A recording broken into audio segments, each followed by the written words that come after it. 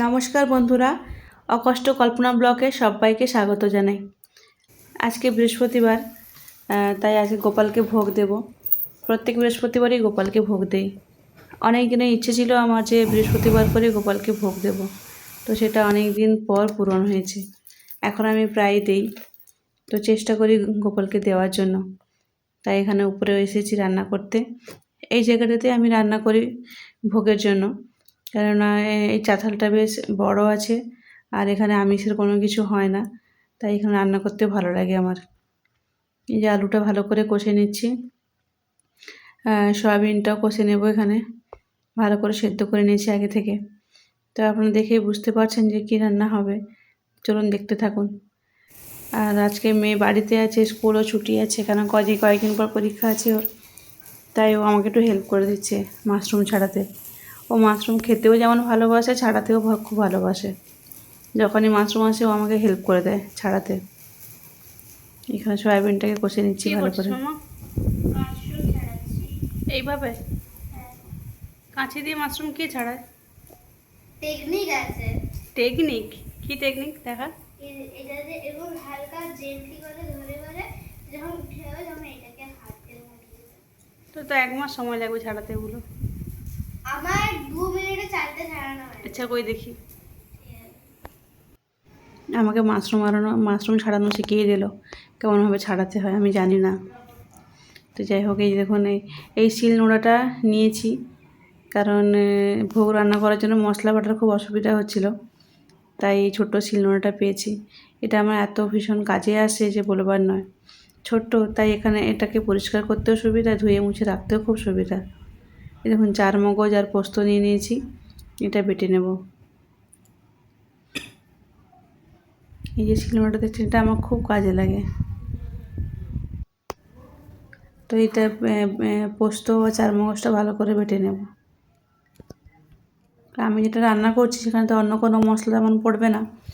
এই আদা বাটা আর চারমগজ পোস্ত, বাস এটা হলেই হবে।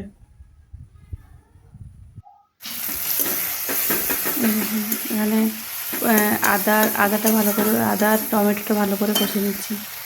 এরপরে চারমগজ আর পোস্ত বাটাটা ছিল এটা দিয়ে দেবো। এটাকেও ভালো করে কষিয়ে নেব। তো আপনারা আশা করে বুঝতে পারছেন যে আমি কি রান্না করতে যাচ্ছি।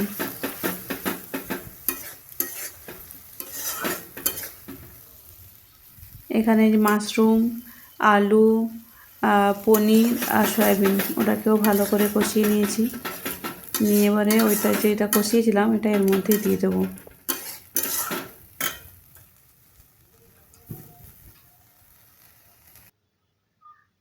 ছাদে এখানে এত বাতাস যে গ্যাসটা জ্বালানোই মুশকিল হয়ে যায়, প্রচণ্ড বাতাস এখানে।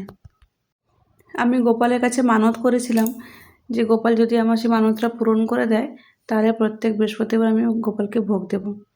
তো আমার গোপাল সেই মানত আমার পূরণ করেছে, তাই আমি প্রত্যেক বৃহস্পতিবার গোপালকে ভোগ দিই।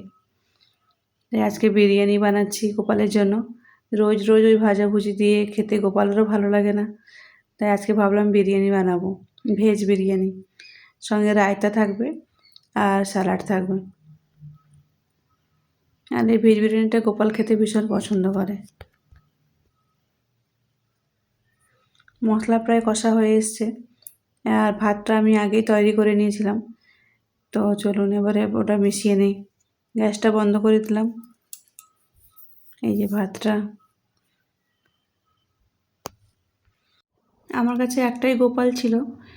এরপরে আমার মার যে গোপাল ছিল, মা এখন আর গোপালের সেবা খুব একটা করতে পারে না, তাই মা বলেছে যে মার গোপালটাকেও নিয়ে আসতে এখানে, আর এখানেই সেবা করতে। তো মার গোপালটাও এখানে আছে, তাই দুটো গোপালই ভোগ পাবে আজকে। এই ভাতটাকে ভালো করে মিশিয়ে নিচ্ছি একটু লবণ আর চিনি দিয়ে। আর যেটা কষছিলাম পনির টনির এগুলো আছে। তো চলুন, রেডি হয়ে গেছে গোপালের জন্য এই রায়তা, স্যালাড আর বিরিয়ানি। আজ গোপালের ভোজটা খুব ভালো হবে।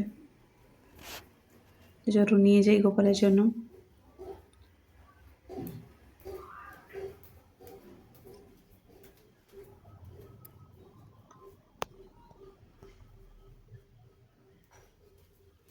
চলুন আপনাদের আমার ঠাকুর ঘরটাও একবার দেখাই।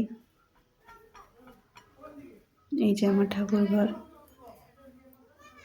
এই যে দুজন গোপাল বসে আছে এখানে।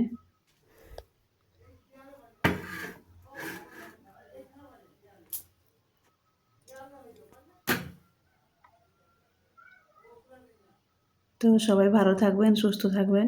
ভালো লাগলে চ্যানেলটা লাইক করে দেবেন। নমস্কার।